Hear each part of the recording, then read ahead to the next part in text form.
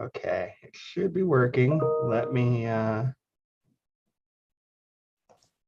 send you the link. Am I sending it to you or for distribution or someone else? Go ahead and send it. Just email it to me, and then I will send it to William and Beth Okay. with some other instructions. Before we email it out, we should be working. Let me, hang on, I'm hearing myself echo back through the stream That's that is challenging. because it lags by about 10 seconds. Yeah. I'm worried that if I turn the host back over to you, that it will stop it. So let's make sure that doesn't happen. Okay. So now making you the host again.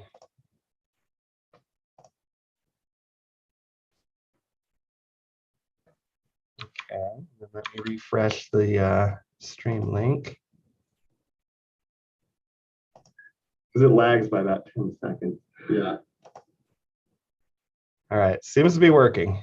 Okay. Yeah, it still says live up at the top. So Okay, so let me get you that link.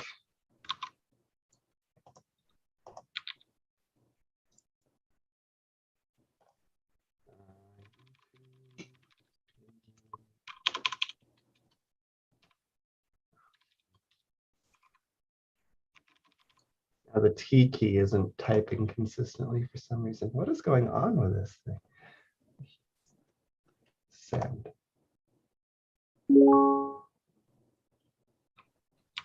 Okay, I think you're good to go.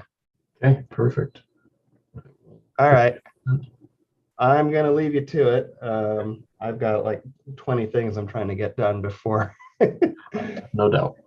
Got that training at 1 today, isn't it? Yeah, I will see. I'll hop on that after I get done with this. Okay. Yeah, and it's gonna be pretty straightforward because the presenters, it's just Zoom, you know. Yeah. And I bet everybody's used Zoom enough by now. It's really going to be the room moderators where we're going to have to go a bit more into depth with things. But Right. And so you and I aren't moderating any rooms this year, it looks like, right? what's that? So you and I aren't moderating this year. We're just doing tech support for other people. Yeah, we're going to kind of be like upper level just in case kind of things. If a lot of our moderators, well, let's talk about it. Let's talk about it afterwards. I don't want to talk about it on this stream, but yeah, That's totally fine. yeah, let's talk about it later. Sounds good. Well, I'll see you at 1. Okay, talk to you later. Bye.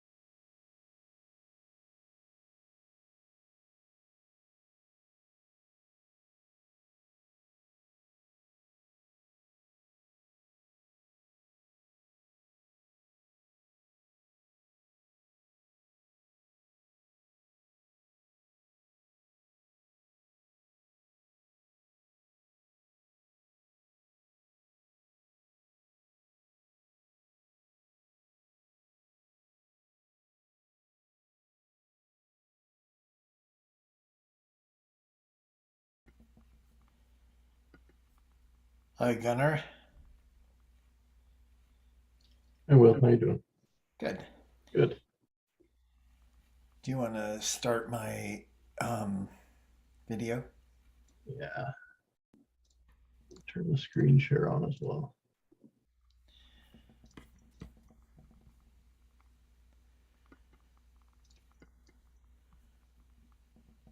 Okay, there you go.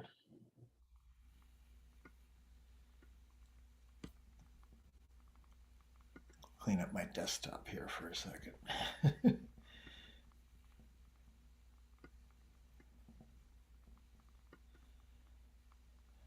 All right. Oh boy. I shouldn't use the video cam as my mirror. Okay.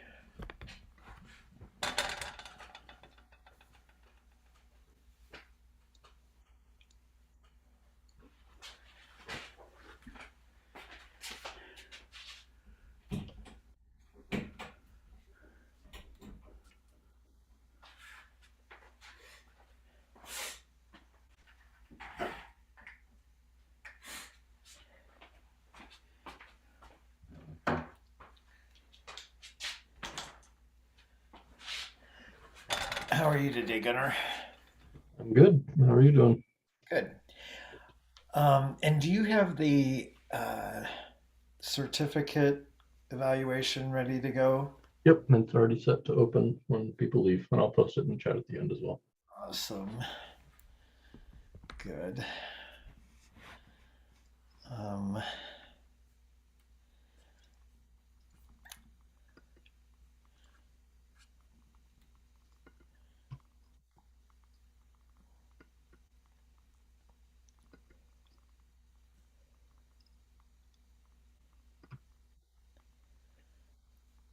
One question for you.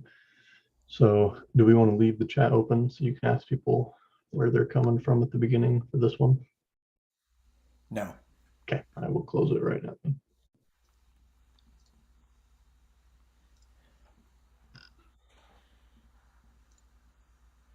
I think we can pretty much assume everywhere. Yes. Yeah. Um, all right. Should I go ahead and start the screen share now, you think? Yeah, I would, just so people see it as a landing page. Yeah. Okay. Sounds good.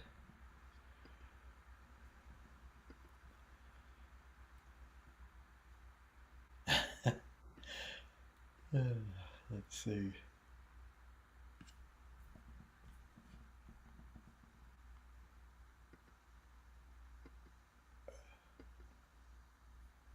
Presenter view, right? Mhm.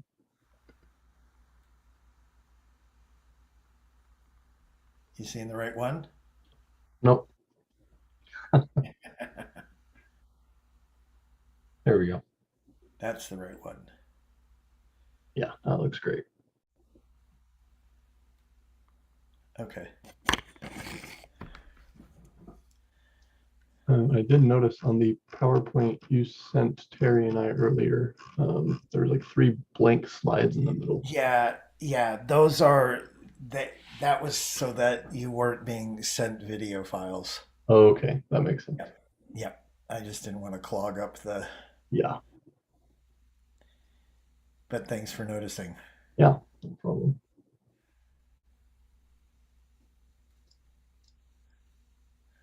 All right.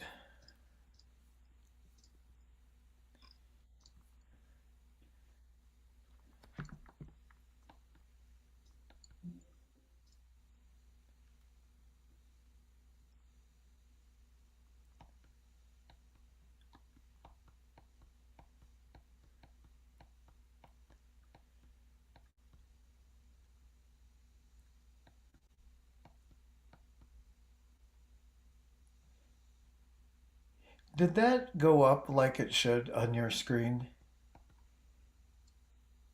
Yeah, it scrolls. It scrolls Yeah. nicely. Okay, good. All right.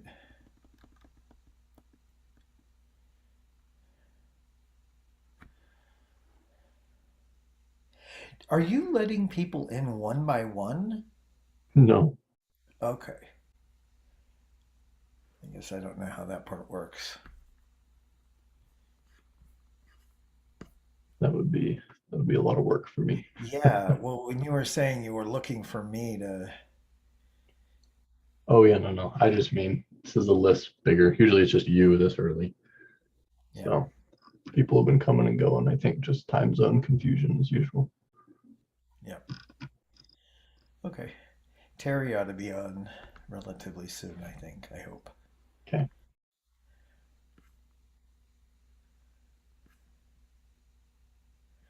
All right. I'm going to stop my video for right now. And I'm going to mute myself.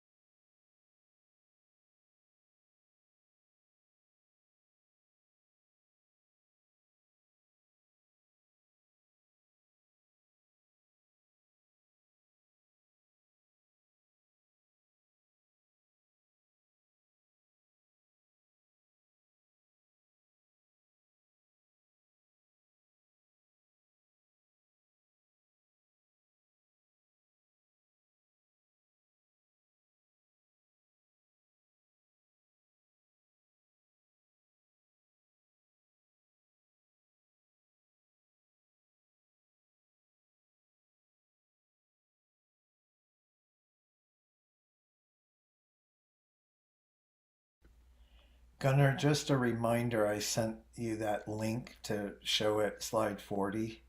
Yes, I will keep an eye out for it. Thanks.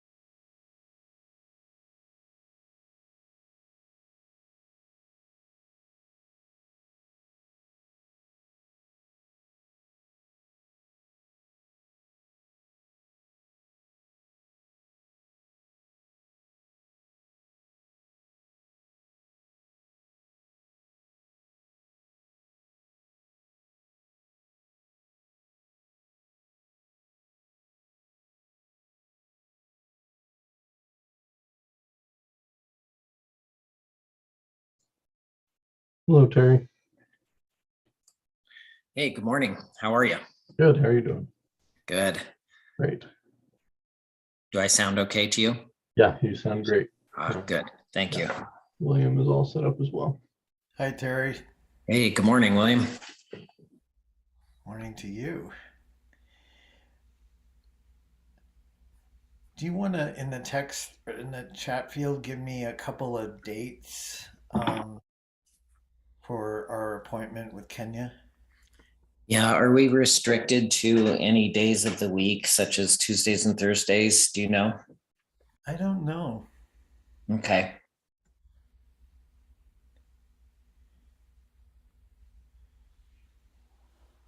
Trying to remember what he said.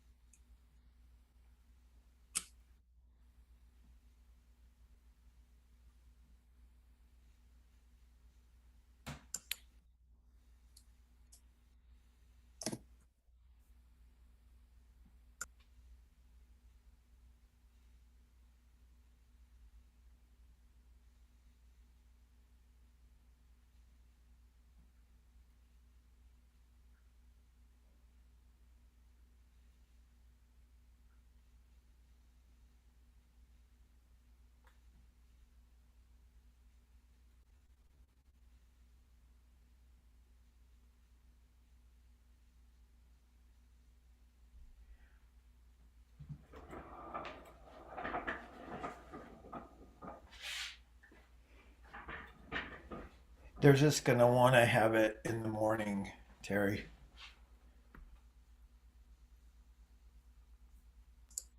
Great. I'm filling in some mornings right now for you. Okay, thanks.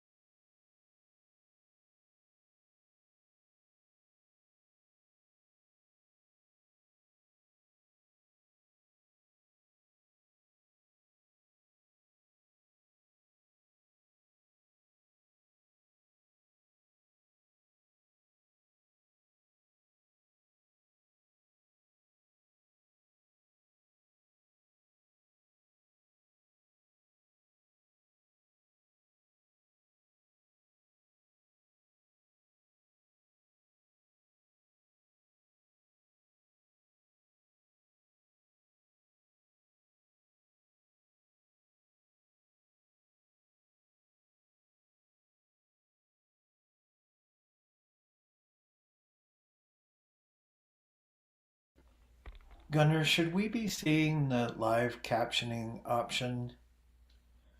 No, the captioner is not quite here yet. They should show up any minute. Okay, but then that'll appear on the bottom bar, right? Right. Yeah, okay.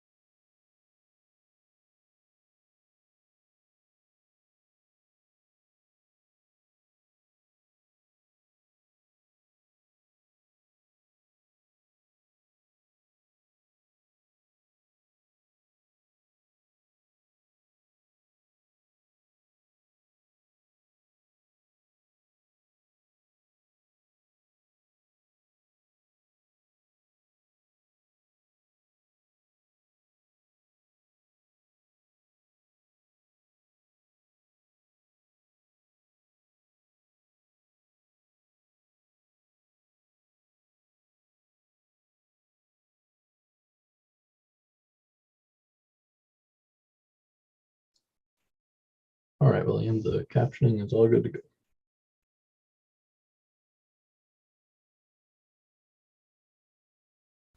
Say that again? The captioning is all ready to go. Oh, okay, great.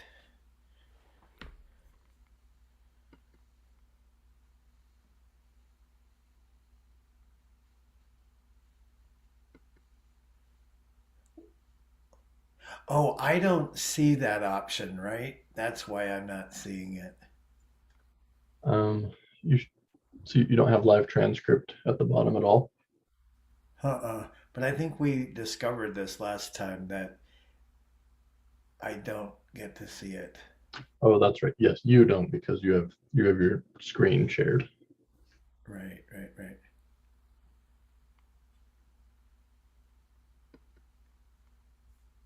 Yeah. Okay.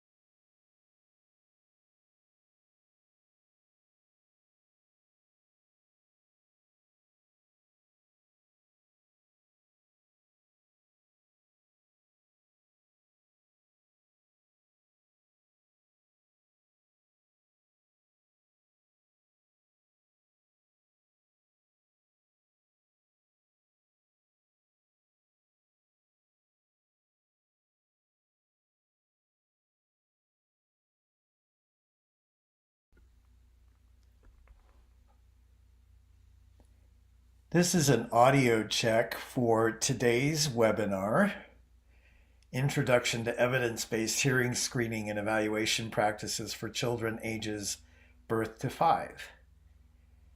We're going to be starting here in about 15 minutes at the top of the hour. We're glad that some of you have joined us early. We expect a lot of people signing on fairly rapidly here, so I will be repeating myself just to give everybody a chance to get their volume adjusted to their liking. But you're in the right place for today's webinar, brought to you by the EHDI, Early Hearing Detection and Intervention, NTRC, the National Technical Resource Center at Utah State University.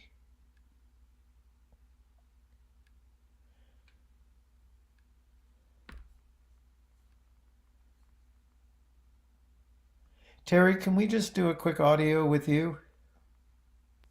Yes, thank you. Happy to be here. And also I was wondering, William, if I was able to see the sign on, or is that not an option on my screen? Just the numbers of participants as they sign on. I used to be able to see that on our original platform. Yeah, on the bottom bar, I have a tag that says participants with a number next to it. I got it. Thank you. I see it. Thank you. There you go.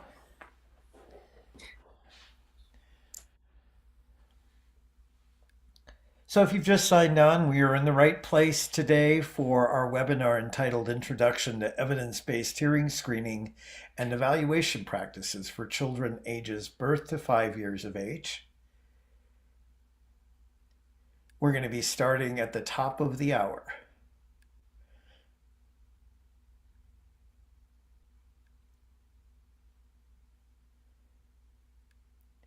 You know, if it's not too much trouble, Gunnar, you could post that link now as well as when we get to that later slide. So if people want to download it now, they can. I can, but anyone who joins after this point will be able to see it. So I might wait just a little bit longer till we get more people. That's fine. Okay. Yep. And maybe just with a comment, if you serve children 3 to 5 years of age, this is a document you may want to look at. Okay, perfect.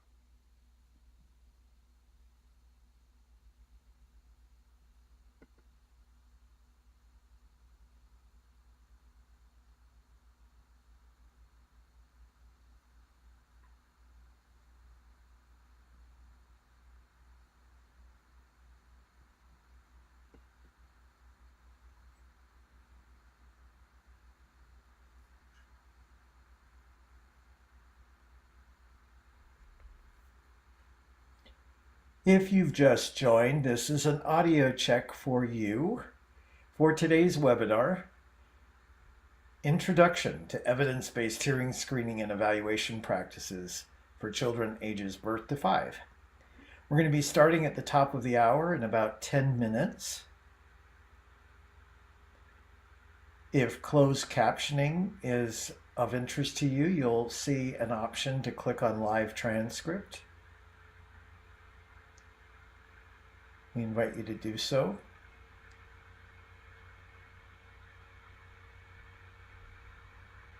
And once again, we'll be starting at the top of the hour. This webinar is brought to you by the Early Hearing Detection and Intervention National Technical Resource Center with the wonderful acronym of the EDI-NTRC at Utah State University.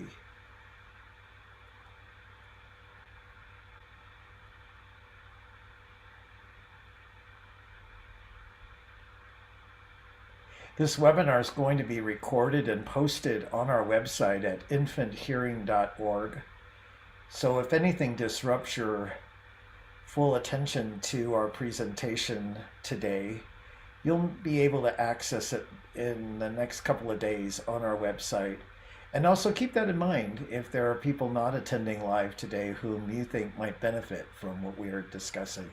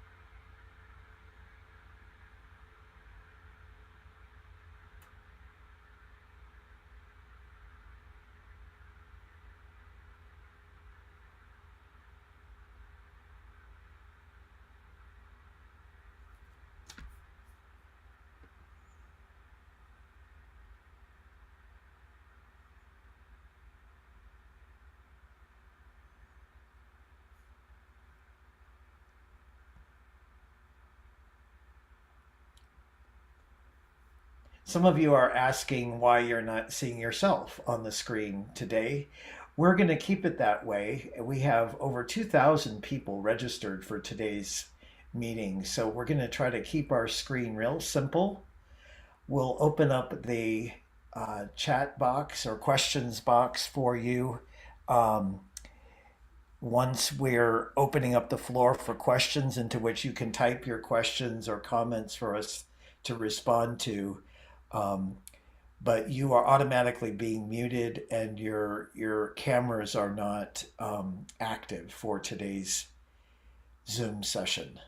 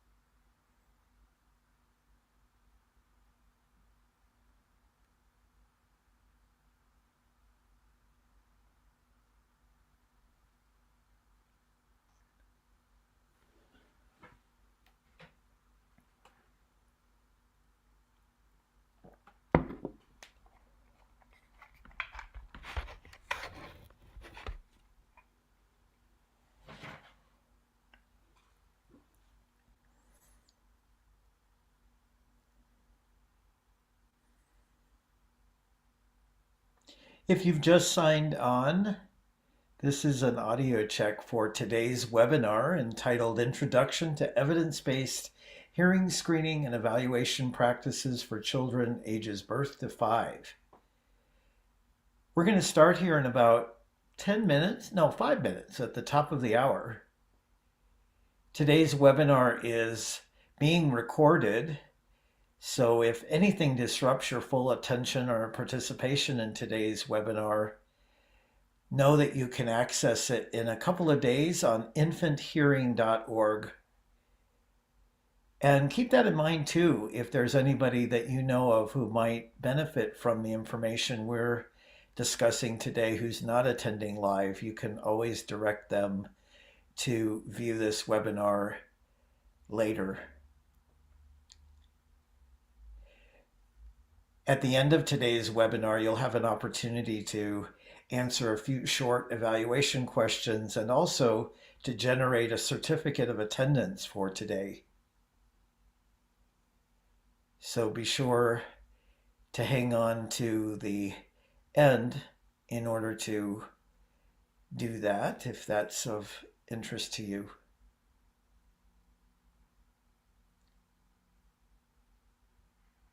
For those of you who are serving children 3 to 5 years of age, we're going to post a link to a document in the, is it the chat or the questions area, chat box here in just a moment, which you can download now or at any other time, but you might want to copy and paste that so that you can grab that document later. I'll be referring to it during our presentation today, and we'll provide the link again at the end. But that may be a useful document for those of you who are serving children 3 to 5 years of age or older.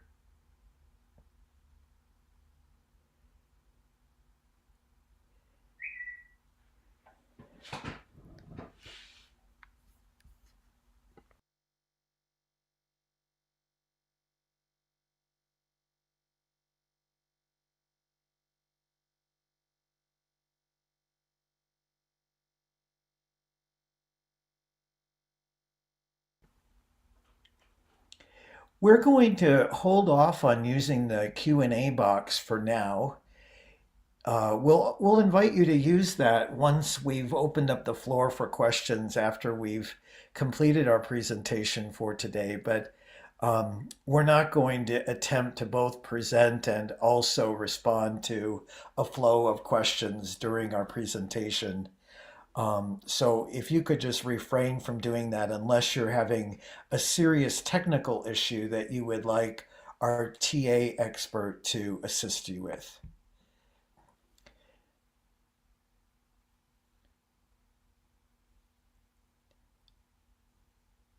You'll probably notice that you're automatically muted and that your video is not active. We're going to keep it that way. We've had over 2,000 people register for today's webinar, so we're going to try to keep our screen as simple as possible so that you can focus on the content of that which we are delivering today. So if you're trying to activate those features, you don't need to worry about that.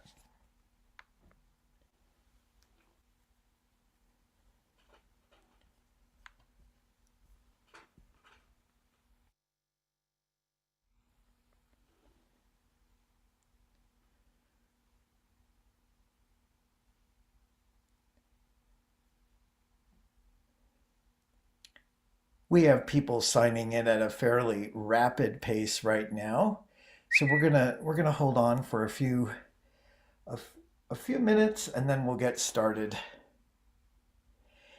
You are in the right place for today's webinar entitled Introduction to Evidence-Based Hearing Screening and Evaluation Practices for Children Ages Birth to 5 years of age.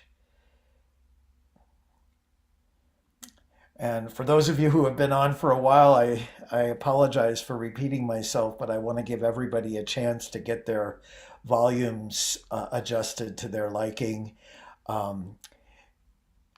And to know that today's webinar is being recorded. So if anything disrupts your full attention to today's webinar, know that you'll be able to access this at infanthearing.org in the next couple of days. And keep that in mind too, if there are people that are not attending live today whom you think might benefit from the information that we're covering today.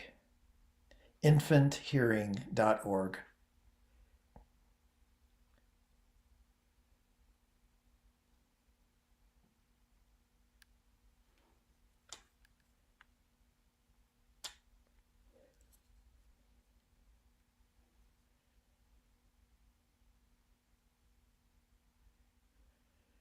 We have people signing on at a very rapid pace right now, so we're going to give it another minute or two and then we're going to start.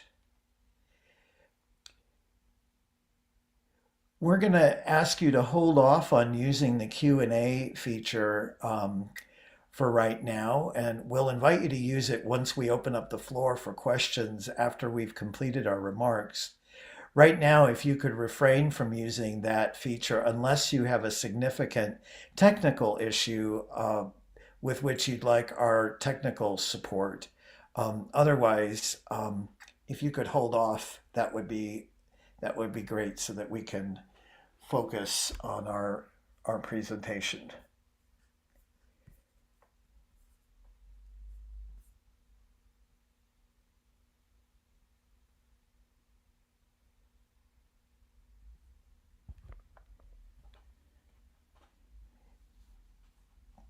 Terry, what do you say? We get started.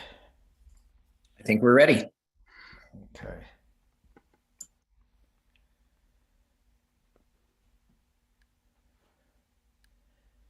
You want to join me on the screen, Terry? There we go. Well, welcome everybody to today's webinar entitled Introduction to Evidence-Based Hearing Screening and Evaluation Practices for Children Ages Birth to 5 years of age. I'm Will Eiserman, and next to me here is Terry Faust, who is a pediatric audiologist and a speech-language pathologist who is joining us today. A few logistics before we launch here. This webinar is being recorded, so if anything disrupts your full attention or participation in today's webinar, know that you can access this in the next couple of days at infanthearing.org. You'll see that also in the chat. If you need to access this later, that's how you can do it. And keep that in mind too, if there are any individuals who aren't present with us live today, whom you think might benefit from the material that we're covering today. Once we've wrapped up our comments, we'll invite you to use the Q&A field to ask us questions or share a comment to which you'd like our response. But we're not going to attempt to have an ongoing chat or questions throughout our presentation today.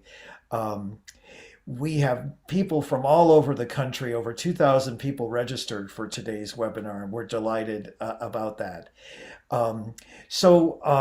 As I said, my name is Will Eiserman, and I'm the director of the Early Childhood Hearing Outreach Initiative, also known as the ECHO Initiative at Utah State University. And the ECHO Initiative is housed within the National Center for Hearing Assessment and Management at Utah State University. And that's known as NCHAM. This is letter soup here. And NCHAM serves as the Early Hearing Detection and Intervention National Technical Resource Center that's funded through a cooperative agreement with the Maternal and Child Health Bureau. Starting in 2001, for about 20 years, the ECHO Initiative served as a national resource center on early hearing detection and intervention with a focus on supporting early Head Start and Head Start programs in implementing evidence-based hearing screening and follow-up practices. And we're delighted to continue to make our resources and other learning opportunities available to staff from Head Start programs and Part C programs, as well as from anyone from any early care and education setting who can put this to use. I want to give a quick shout out to our captioner today for your talents and services. That's Bobby McGraw, who we appreciate. And we never want to overlook the fact that that's an actual person who is providing us with that captioning service.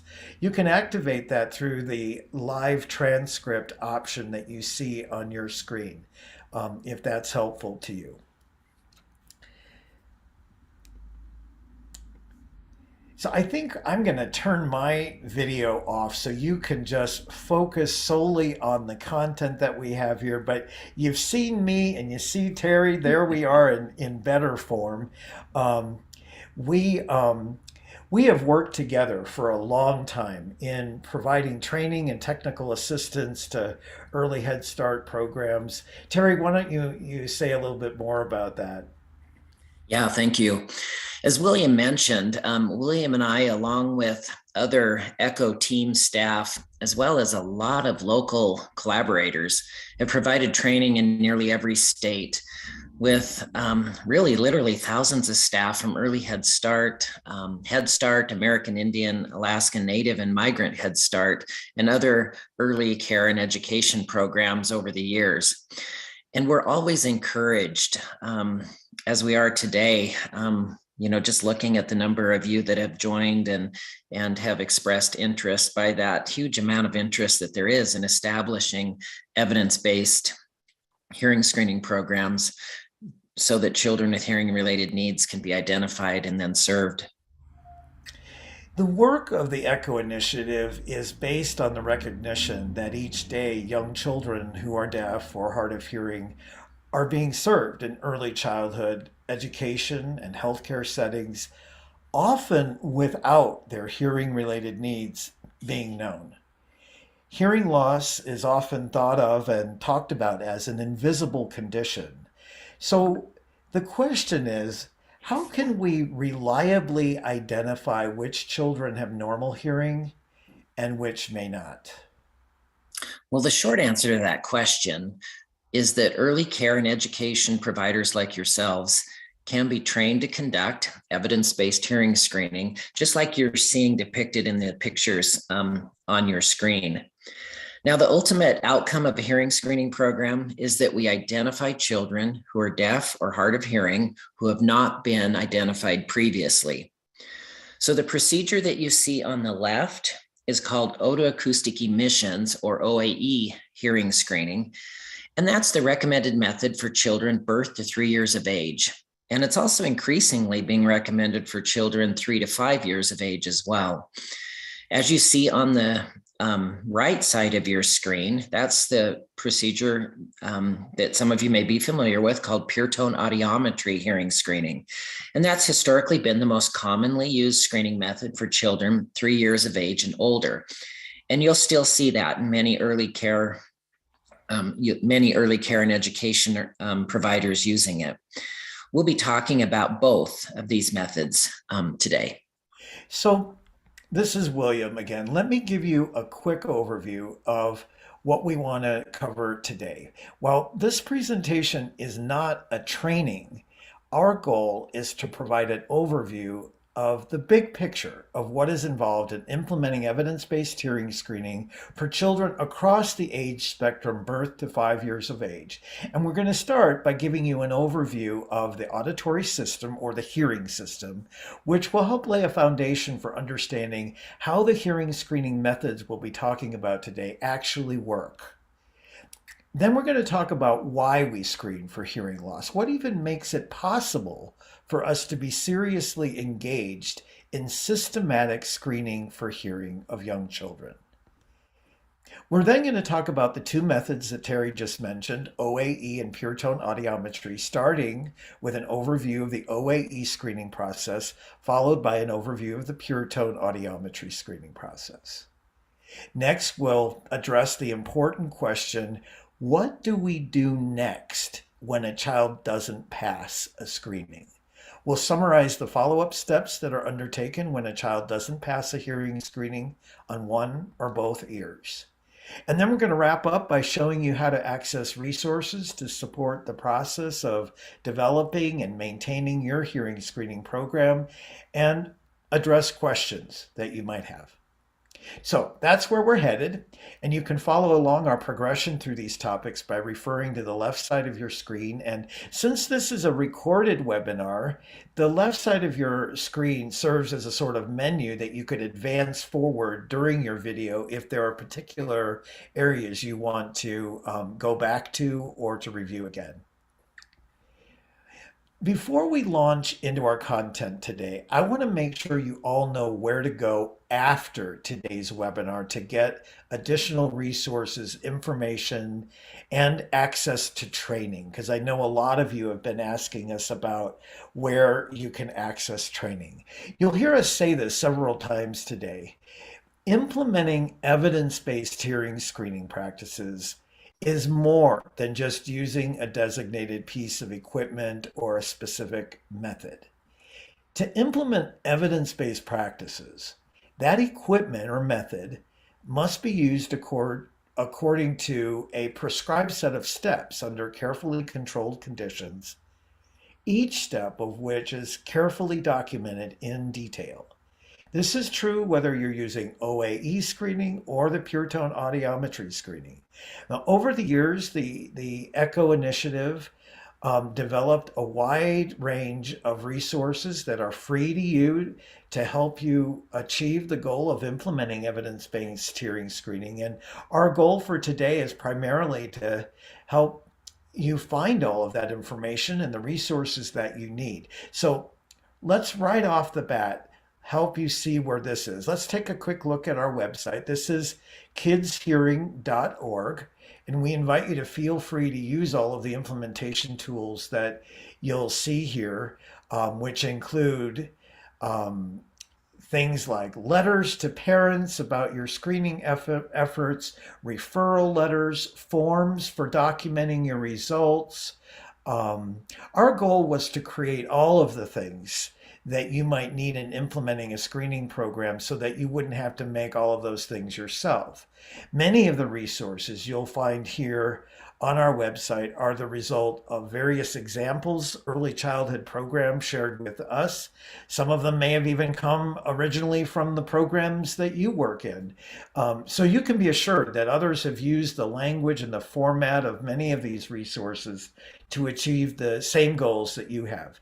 So let me give you a quick look at these resources, and then after the webinar, we encourage you to take some time to go really look at this. This is our landing page at kidshearing.org, which gives you first an introductory look. The first part of the page is really very general, but where it says in the header there, early care and education providers, training and implementation resources, that's where you'll want to scroll down and have a look at everything that's there. The first group of resources are related to planning.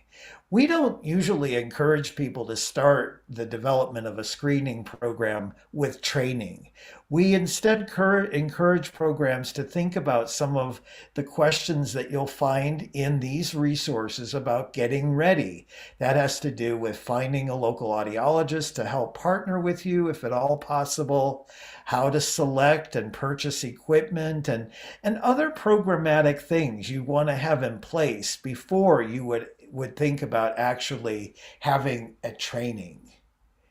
Once you've completed those practice exercises, those practice steps, I should say, you'd then want to look at accessing training. And we have some links here to online training courses in both OAE and PureTone audiometry training screening. So know that you can come back to the access training.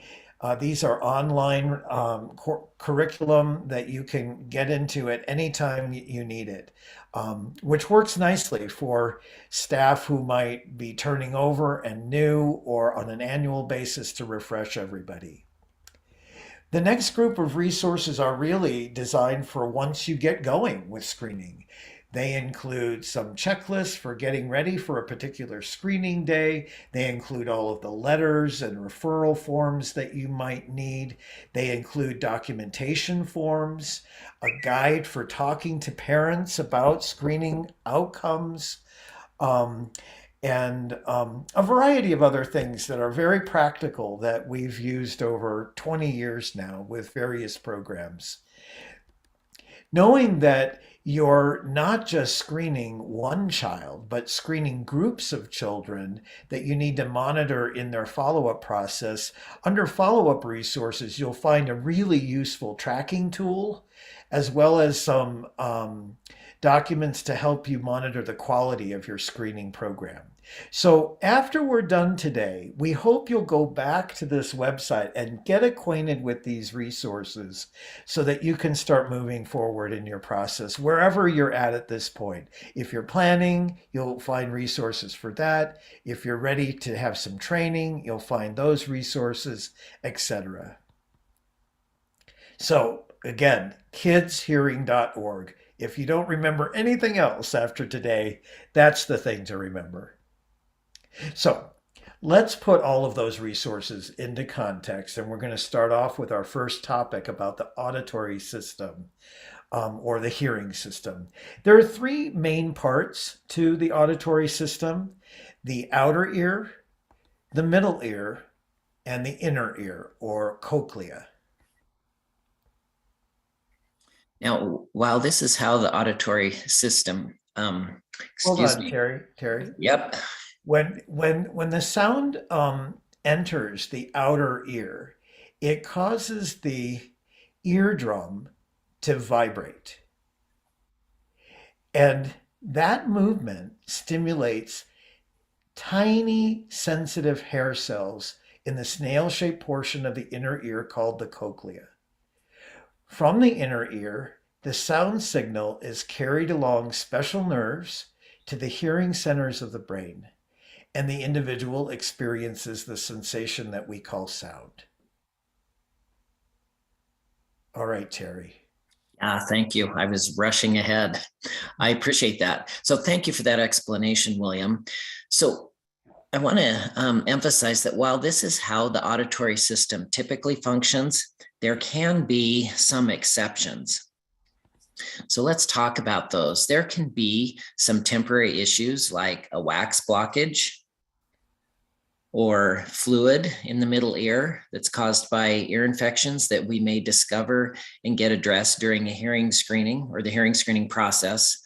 But the primary target condition of hearing screening is the functioning of the inner ear, or the cochlea, which is that snail-shaped portion of the ear you see here on your screen.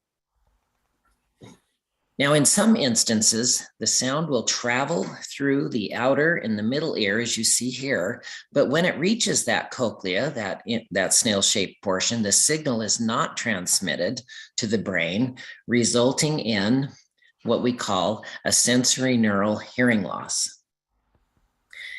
And this condition is usually permanent. This is actually the primary condition for which we are screening in our mass screening efforts. Now, this may come as a surprise to you, but it's an important fact for you to know that sensorineural hearing loss is actually the most common birth defect in the United States. In fact, about 3 in every 1,000 babies are born with a hearing loss. They're deaf or hard of hearing. Most newborns in the US are now screened for hearing loss using evidence-based methods, most before even leaving the hospital. But screening in that newborn period isn't enough. Research suggests that the incidence of permanent hearing loss actually doubles between birth and school age. So from that 3 children in 1,000 at birth to about 6 in 1,000 by the time children enter school. So we can't only screen for hearing loss at birth. We need to screen throughout early childhood because a hearing loss can occur at any time as a result of illness, physical trauma, or environmental or genetic factors. And this is often referred to as late onset hearing loss, just meaning that it's acquired after the newborn period.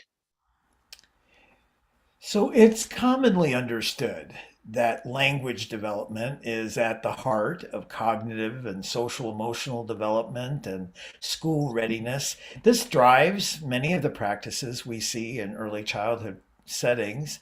And think about how often there is an emphasis placed on early language development, counting the words children can produce and celebrating those things. It's also important to note that hearing health is at the heart of typical language development, and that if we're going to be conscientious about promoting language development as a part of our commitment to school readiness, we must be equally conscientious about monitoring the status of hearing throughout this period. If hearing is compromised, then typical language development will ultimately be compromised as well. And we don't want to wait for a language delay to manifest to then discover that the child has a hearing loss. And this is exactly why we see so much emphasis being placed on monitoring the status of hearing in young children. So programs like Head Start, which for years have served as models of comprehensive health and education programs for young children and their families, they have required hearing screenings for all of their children, even before we had the excellent methods that we now have to do this. But what actually is screening? So screening can be thought of as kind of a sorting process. It helps us to separate the children who are at risk of having a condition from those who are far less likely to have the condition. Those in that first at-risk group are then followed with additional steps implemented by pediatric audiologists and healthcare providers that continue to refine that sorting process until we definitively can identify that small group of children that actually have a hearing loss. And to just be upfront or blunt, we screen because we simply can't provide a full comprehensive audiological evaluation on each and every child. So screening followed by appropriate audiological assessment and early intervention, it can dramatically improve options and outcomes for children who are deaf and hard of hearing. When a hearing loss is identified early, then we can make sure that that child has access to language.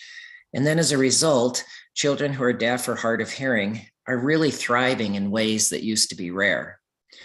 So by providing a hearing screening, you then can be part of creating these really amazing life-changing outcomes. So we want to take a minute here and take a look at several examples of children with severe to profound hearing loss who've had the benefits of early identification and real quality intervention.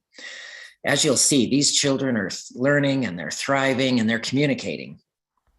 Thanks, Terry. So in this first example, these two children have a profound hearing loss. They both are assisted with a bilateral hearing aids, meaning hearing aids in both ears, which you can't really see in this video. But let's just take a quick look at and listen to how they're communicating with one another. We're having a party over here. We're gonna mix it. Okay. Are you guys talking? I'm skating. Wee. No, Dee. Look, this is the water. She's skating on the water. Wee.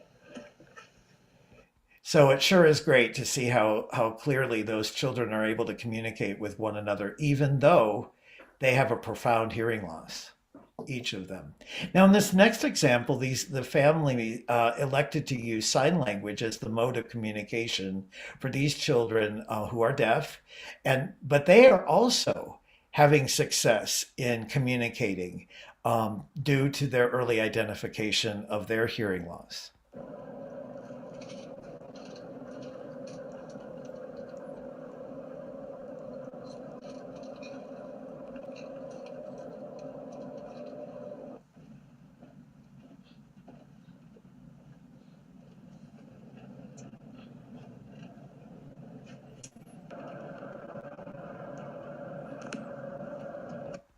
And in this next example, these children, well, we'll have them tell you what makes them unique. Hey, I'm AJ.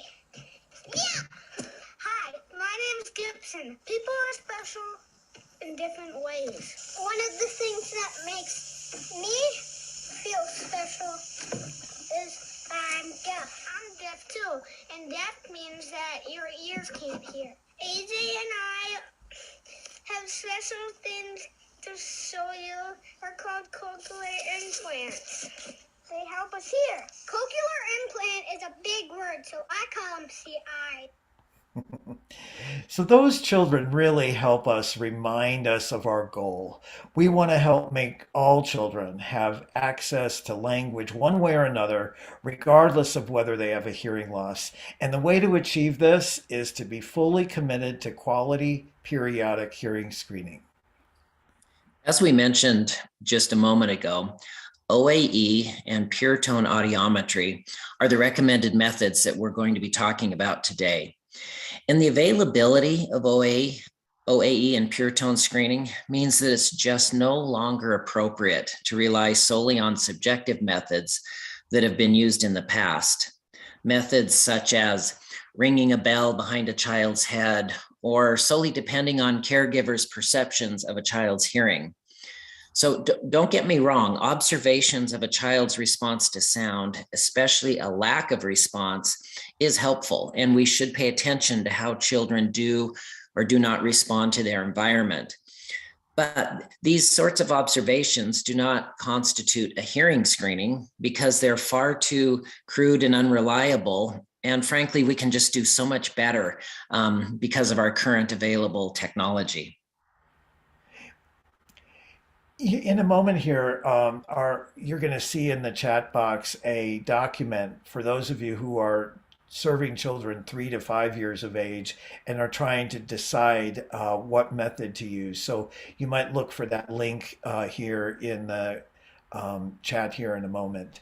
You know, it's also important to note that although some healthcare providers have incorporated evidence-based hearing screening into well child visits, this isn't standard practice, especially for children less than 4 years of age. Yeah, and in some cases, some parents may report with a lot of certainty that their healthcare provider did perform a hearing screening. But please understand this, and I really can't emphasize it enough as an audiologist, that routine examinations of ears by healthcare providers should not be mistaken as hearing screenings. It's precisely because screening isn't yet happening consistently in that context that programs like yours are adopting hearing screening practices, because obviously there's an increased recognition of the importance of monitoring hearing, and it's now feasible to do this in your program, in programs like yours, and really by people like you. So the take-home message here is this. Unless a child's health or medical records include documentation of ear-specific hearing screening results and the screening method used, we shouldn't really ever assume a hearing screening was completed. Yes, and then another important point to remember is this, that while OAE and pure tone screening are highly reliable screening methods, there's no perfect screening method. And so that means that there may be in some rare conditions that are not some rare conditions that just simply aren't identified through these screenings. So whenever a parent expresses concern about a child's hearing or development to you, even if the child received and passed a hearing screening using one of these methods, that child should be referred for an evaluation from an audiologist. Let me say one more thing about newborn hearing screening results.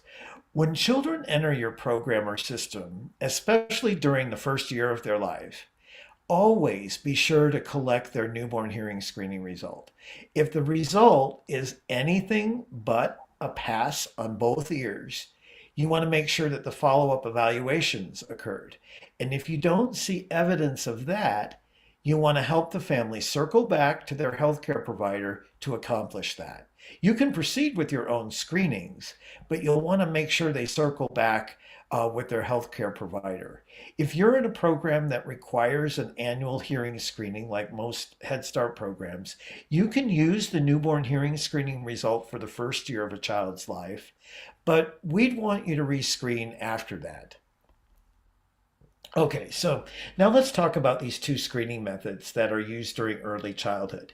If you're responsible for children who are under 3 years of age, the recommended method is OAE screening, which you see on the left here. If you're responsible for screening children 3 years of age or older, historically, pure tone audiometry has been the recommended method for this age group. This is the headset screening with the child, where the child raises a hand and performs some other task each time they hear a sound that's presented into the earphone. You see this method here on the right, and you've probably already yourself experienced being screened this way. Yeah, just a note here, William. There's growing recognition that for a variety of reasons, as common as the pure tone method has been, it may not always be the most feasible method to use with some of these younger children. The reason being is, well, for example, the research has shown that 20 to 25% of children in that 3 to 5 age group can't be screened reliably with this methodology because they just aren't developmentally able to follow the directions reliably. And that's really been our experience as well. In those instances, then, OAE screening is the preferred method for these children. So at a minimum, if you're establishing evidence-based practices for 3 to 5 year olds, and if you're considering using pure tone screening, you'll also need to be equipped or prepared to do OAEs on that 20 to 25% who can't be screened with pure tones. Or alternatively, you'll need to have a means for systematically referring all of those children to audiologists who can perform the screening, which is often quite challenging to accomplish. Yes, and maybe to simplify things, more and more audiologists are recommending the use of OAEs uniformly among all children 3 years of age and older. It's quicker than pure tone screening, both in learning to do it and to actually implement. It's far more likely to be a method that'll work across the board with all children in that 3 to 5 year age range, in that group that you'd be screening, and it's equally as effective. If you or your program are still undecided about which method to use, primarily for this 3 and older group, we encourage you to take a look at a document that we have on our website that compares OAE screening and pure tone screening. And I think you see that in the chat or Q&A box. I don't know where it's being posted right here in just a second. Yeah, there it goes. It's in the chat. Thank you. Okay, let's start with otoacoustic emissions, or OAE screening, which, as we've said, is the recommended hearing screening method for birth to 3 years of age. You see this depicted in these photos here. So if you're serving children birth to 3, again, OAE is the one and only evidence-based method that's recommended by the American Academy of Audiology, as well as the American Speech Language Hearing Association, which is also known as ASHA. OAE screening is the most appropriate method for identifying young children at risk for permanent hearing loss for a variety of reasons, because it's accurate and feasible. It doesn't require a behavioral response from the child, thus allowing us to screen children under 3 years of age. It's quick and easy. Most children can be screened in just a minute or two, sometimes in as little as 30 seconds per ear. It's a flexible tool, which means that you can screen children in a variety of environments, including their classroom, home, or healthcare settings. You see this little guy in this photo here being screened at the snack table. So you can go to where children are. And probably, well, not probably, most important of all, it's effective in identifying children who may have a mild hearing loss or a loss in one ear, as well as those who have severe bilateral loss. In addition, it can really be helpful in drawing attention to a broader range of hearing health conditions that may need further medical attention. OAE screening can also help to identify children who have a temporary hearing loss that may be as a result of a middle ear infection, Although this isn't the primary goal of OAE hearing screening, it's definitely an added benefit of screening with this method. Take a look at these photos here. These children are all being screened using the OAE method. And what do you notice here? They aren't being pulled out into an environment that's foreign or strange to them. They're being screened in everyday educational or home environments where they're already happily spending their time playing or involved in something, or simply being held by a caregiver or a parent. And those people that are doing the screening are people they know. They're teachers, they're home visitors, or health specialists at the program. In fact, the screening works best when children are familiar and comfortable with the adult that's doing the screening, and where they can play with a toy, they can be held, or even sleep while the screening is being conducted. So let's talk about conducting an OAE. So to conduct an OAE screening, we're first going to take a thorough look at the outer part of the ear. We're going to make sure that there's no visible signs of infection or blockage. And then a small probe on which a disposable cover has been placed is then inserted into the ear canal. And that probe delivers a low volume stimulus into the ear. A cochlea, or the inner snail-shaped portion of the ear that we've talked about before, a cochlea that's functioning normally will then respond to this sound by sending the signal to the brain, while also producing an acoustic emission. This emission is analyzed by the screening unit, and in approximately 30 seconds or so, a result appears either as a pass or as a refer. And every normal, healthy inner ear produces an emission that can be measured in this way. So let me show you a quick real-time screening of a child being screened using the OAE method. This is unedited. So of course, this is a well-trained screener with the help of another adult, which is really nice, and a particularly well-behaved little boy.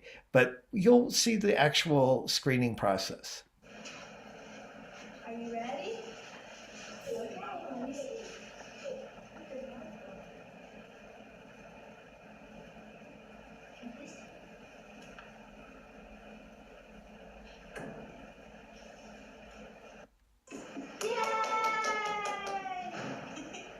Oh, well, thank you. Okay, you want to put it in this other ear? What about the other ear? Let me see, let's try it on. And that clapping indicated that they had received their result of a pass or a refer. Ready? Ready?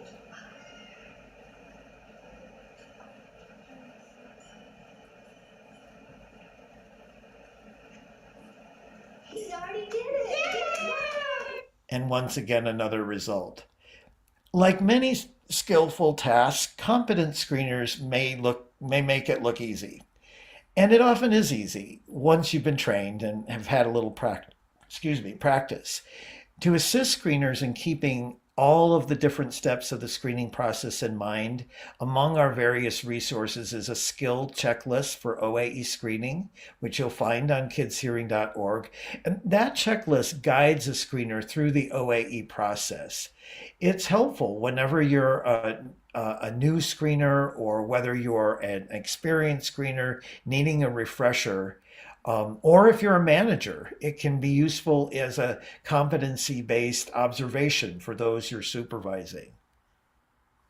The training you receive should help you to be able to acquire all of these skills. As we've emphasized, evidence-based screening is more than just a designated piece of equipment being put to use. You have to be trained to use that equipment, and having a screening and follow-up process built around that equipment is essential. But still, equipment is essential. You should be aware that OAE equipment is available from several different companies and in models designed specifically for screening by lay individuals, such as most of you who are participating here today. These are the simpler and less expensive models. Basic OAE equipment currently costs around $3,800. There are also other equipment models intended for use by audiologists for diagnostic purposes, and these are more complicated and more expensive. As non audiologists, be careful not to purchase more than you need by getting the simpler, basic models.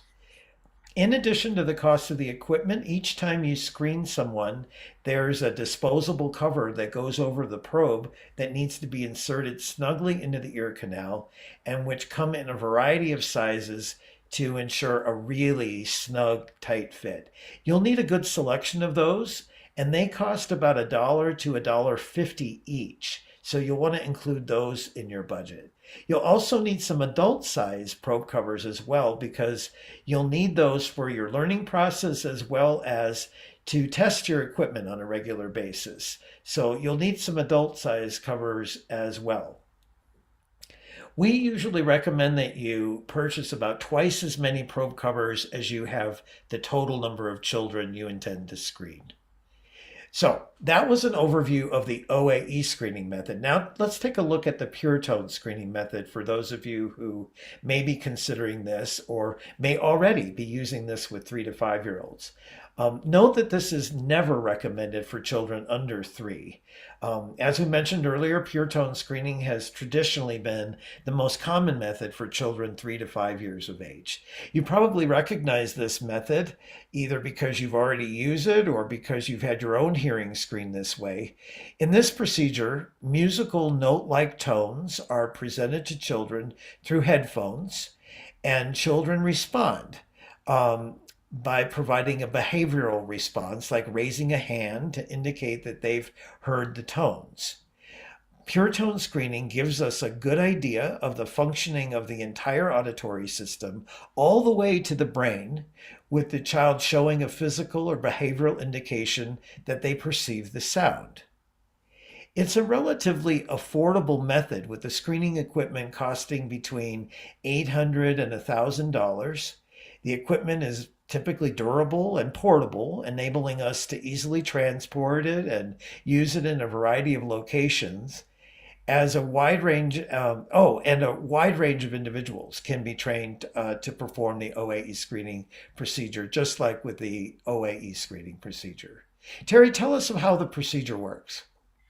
Yes, thank you.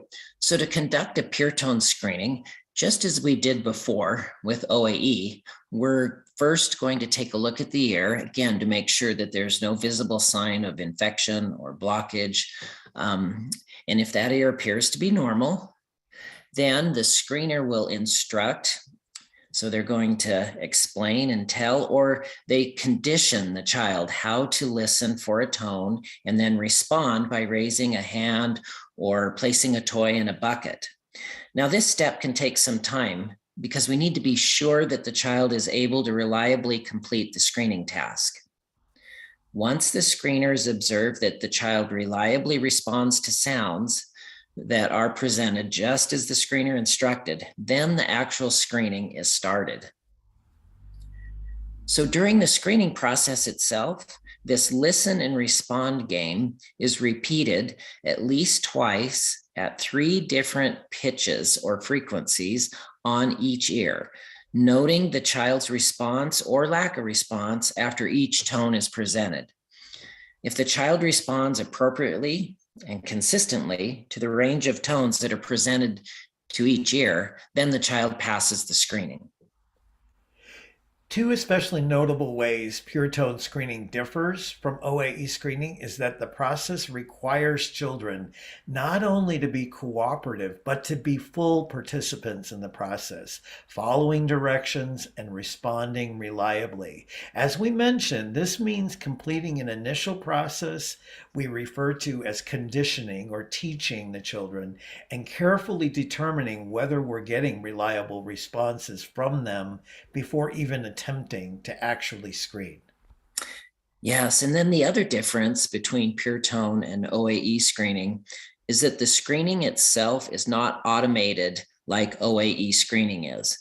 Instead, in PureTone screening, you as the screener will manually step through the presentation of each tone multiple times for each ear, and then record each response. Then following a very specific protocol, you as the screener will determine whether the ear passed or not. So with pure tone screening, there can be considerably more potential for screener error to produce inaccurate results. And so with that, there's a need for thorough training and oversight to make sure all the screeners are adhering to the prescribed screening protocol. We really can't emphasize enough the importance of training and periodic oversight, even as some of the most experienced screeners can make errors that inadvertently invalidate screenings in ways that they may not be aware of. So here is an example of the actual screening steps that need to be documented for each ear as you screen. Through the training process, you'll learn of all the steps of the conditioning and then the screening process and all of the environmental conditions that must be monitored and met as you complete a child's screening. And then based on these results, the screener determines if each ear passes or not. Because as I mentioned earlier, the device itself does not produce that result, as is the case with OAE screening. As is true with the OAE method, kidshearing.org provides a set of implementation resources for pure tone screening as well. Similar to the screening checklist that I mentioned about OAE screening, you'll find on our website. We also have a skills checklist for pure tone screening. The elements of those checklists serve as the basis for a thorough training process, as well as for monitoring the quality of your screening practices once you're up and going. So you'll want to take a look at those when you get into looking at the resources on kidshearing.org. So we've given you an overview of the two methods. Regardless of which method you use, you'll eventually have a child who doesn't pass the screening. So what then? In order to be evidence-based, it's not just using that equipment, right? It's having a process that you can follow up with when children don't pass. Our screening efforts are only as good as our ability to systematically follow up on children who don't pass screenings on one or both ears, and to do that in a proper manner. So another key resource you'll find on our website is the follow-up protocol, and I'll go over that really quickly here. We would expect these percentages here to be a little bit higher for children who are older, but these are the percentages you would see with birth to 3-year-olds. So we screen 100% of our children, and we would expect about 75% of those children will pass and will not need any further follow-up. But that leaves about 25% that will not pass on one or both ears the first time we screen, and will need a second screening in about 2 weeks. At that point, about 8% of the total number of children we screened will still not pass the second screening and will need to be referred to a healthcare provider to check out their middle ear to see if they have wax or a fluid or an ear infection. Once any middle ear problems have been resolved and you get medical clearance that everything seems to be healthy, you'll then screen that small percentage of children a third time. And we expect about 1% or even less to still not pass that third screening. And those children will be referred to a pediatric audiologist for a complete audiological evaluation. So although a small subset of children will indeed need follow-up referral and further screening, we found through literally thousands of implementations of this protocol that this protocol helps children get the medical and audiological attention they need, while also minimizing unnecessary referrals to healthcare providers, whom both parents and healthcare providers appreciate. Once you're underway with your screening program, you can look back at these percentages and see if they're similar. And William, can I interject here? Yeah. This is a really great program quality check. If you find that your pass and refer percentages are significantly different than we would anticipate at any point in the protocol, you may want to seek technical assistance. Yeah. So this is just another illustration, and you'll find this illustration on our website as well. It's important to point out that whenever a parent or caregiver expresses a concern about a child's hearing or language development, even if the child passed the screening, that child should be referred for an evaluation from a pediatric audiologist. This is true because if you recall from what Terry said earlier, hearing screening methods are not 100% accurate or perfect. And so to be on the safe side, whenever there is an explicit concern about hearing or language, make a direct referral. Of course, you can screen the children and send that result along, but make the referral regardless. So let's return to our website, kidshearing.org, and remind you again of where you'll find the various resources we've been talking about today. We invite you to feel free to use any of these resources, these tools, and certainly before you sit down to write a letter explaining your screening efforts, or to prepare a referral letter, or prepare forms for documenting results, check out what we already have here. Many programs have found that they can use these as is or with very minor adaptations. Our goal was to create all of the things you would need so you wouldn't have to go to the trouble of making some of these things yourselves. So again, this is our landing page, and you'll find in the first group our planning resources. So if you're needing an audiologist to help you with your program, which we always encourage, if you're looking for screening equipment information or other planning checklists, look here. If you're ready for, or when you're ready for training, check out how you can access the online training opportunities, whether that's for OAE or Pure Tone audiometry, that you'll find right here. Those are on an as needed basis, so you can either go through this as a group of staff members, or if you have a new staff member just joining you, they can go through it on their own. There's a variety of ways you could use these training opportunities here. Once you're up and going, this is the group of resources where you'll find all those letters, forms, the protocol follow-up guide, and referral letters, including scripts for how to communicate and what to say to parents under different circumstances throughout the follow-up process. And then lastly, this is the group of resources where you'll find our tracking tools, so you can stay on top of all of the children that you're screening and follow in a timely way up on the children who haven't passed at some point along the way. If you're a Head Start program, remember that in addition to what we have here, there is the Head Start Center on Health, Behavioral Health, and Safety, and they're also prepared to provide some support, though we're also here willing to do that as well. So you may not have ever quite thought of it like this, but monitoring the status of children's hearing is central to the quality early childhood programs that you're a part of that are committed to language development and school readiness. When children with hearing loss are identified and connected with the intervention resources they need, as you saw from our examples here, they can thrive. And you can have the satisfaction of knowing that you are part of that outcome. And that's not just a short-term outcome. It lasts a lifetime. So we've got a few minutes to open up for questions here. Let's go to our questions box. I'm going to turn on my video and see if we have any questions here that we can help address.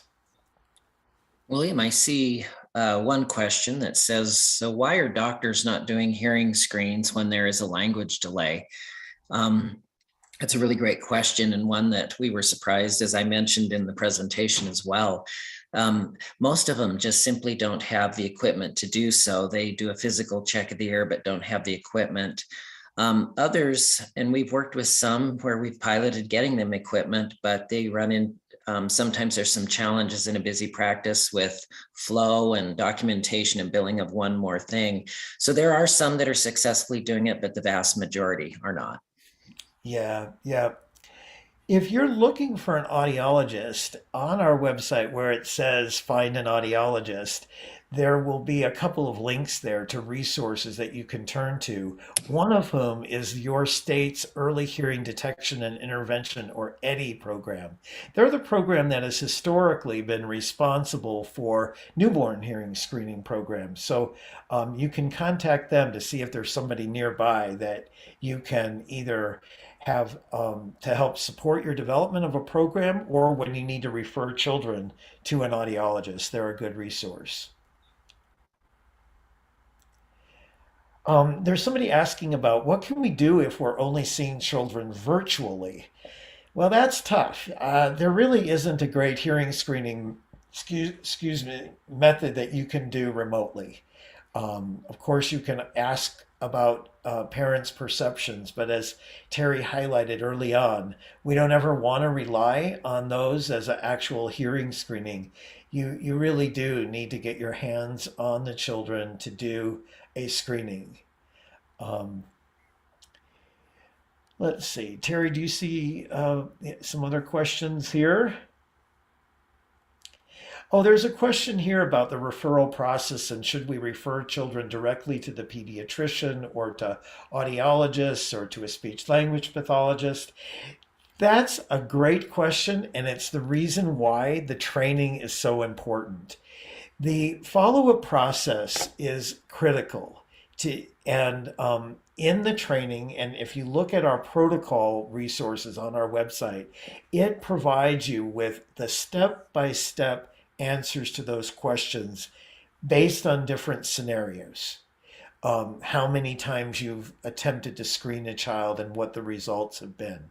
So we can't go over all of those different scenarios, but the answer is in those resources. So go have a look at that. William, there's a question that says, what is the recommended time frame or protocol for professional calibration of both the OAE and the PureTone equipment? And we really recommend that you budget and plan for annual calibration of that. Yeah. There's a question here about children who have tubes in their ears. You've probably all heard about that or know more about that than some of the others. But tubes are often put in the ears of children who have chronic middle ear conditions, repeated ear infections. And you should screen children who have tubes in their ears for sure. Some OAE devices require an additional adjustment to the equipment just for when you're conducting a screening of a child who has tubes in their ears. And so if you're not getting a result when you do that, that may be why. So be sure to check your equipment manual for instructions on screening an ear that has tubes in their ears, and make sure that you're aware of the adaptation to the equipment. Not all equipment requires that, but some does. Yeah, and tubes that are open and functioning as per their purpose, we should be able to complete a screening. When mentioned, if we don't get a reading at all, or if you get a refer, we should still follow the protocol because perhaps those tubes are no longer functioning the way they're supposed to. There was one question here, William. Do you work with programs without Head Start? Absolutely. We invite anybody who can use our resources to put them to use. All of our material resources are free to download and use. So regardless of what program you're in, or if you're an individual provider, feel free to use those. The training process that we point to on our website was designed to be pretty environmentally neutral. So it should be applicable to the age group, regardless of what setting you're actually working in. So thanks for asking about that. Somebody's asking about this webinar. It is being recorded and will appear on our website, our primary NCHAM website, which is infanthearing.org. And that'll be available in the next couple of days. So you're welcome to go back and look again, or share it with some folks that maybe didn't attend live today, but whom you think may benefit. We're getting a number of specific questions like what size probe tip to use with the OAE. That's a very specific training question, and it takes practice to really answer that question. But that's something that you would want to explore as a part of a training and a practice process. And if you have the ability to have a local audiologist work with you when you practice screening children the first time, they can really help you with that. But in general, the bigger the tip, the better, because it's going to get the tightest fit in a child's ear. So always aim for the largest tip size that you can get in a given child's ear.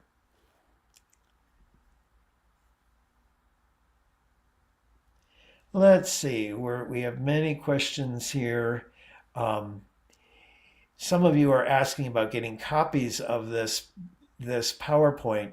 Actually, the resources that are on our website, the various videos and other resources, are going to be more useful to you than having this PowerPoint, because we've pulled a lot of the content here from our different videos and print resources. So take a look at those. I think they'll be what you're really looking for. Terry, there's a question here about accuracy of OAE when you're testing a child who's asleep. Do you want to address that? Yeah, asleep is actually one of my favorite ways. If I can keep them asleep, not wake them up and get the OAE, that's usually a great scenario. In fact, there are times I've ridden in a car as the parent drove around the block, so we didn't wake the child up because they'd fallen asleep in their car seat. So sleeping will not interfere with the OAE. Your biggest risk is maybe waking them up as you place the probe, but it's a great way to screen. We are back at the top of the hour already. Know that you can contact us through our website. Somebody asked me to show again our website where you can identify the different resources. You'll see planning right here. I should back up. This is kidshearing.org's landing page. So as you scroll down, you'll find the planning resources under that heading. If you're looking for training, this is where you'll find those, both for OAE and Pure Tone. The actual implementation screening resources are in the next group, and the follow-up tracking tools and other program quality monitoring resources are here. So thank you to everybody. Thank you to our captioner and our backup technical support providers, and to all of you who are doing so much to support children and their families. Hearing screening is not some peripheral component of early childhood programming. When you're committed to language, you're committed to receptive language also. And that means staying on top of the hearing status of children, which, as we demonstrated today, can change at any point without us even knowing. So by staying on top of it, you can make sure that children don't have a disruption in their access to language, which can really make a huge difference in their lives. So we hope to see you on our website and at future webinars. And if there's anything that we can address via email, find the Contact Us button on our website and we can communicate that way. Thanks, Terry, and thanks, everybody. Oh, before you sign off, there is a link to an evaluation question and a certificate for attendance for today. That is being posted and is also going to be a direct bounce from this screen once you sign out. Gunnar, is that going to be in the Q&A box? Is that- I put it in the chat a few minutes ago. Oh, in the chat. So go into the chat window and you'll find the link to the questionnaire. Very simple questions about for us today, and then it'll generate an automatic certificate of completion for today's webinar. Thanks, everybody. Thank you.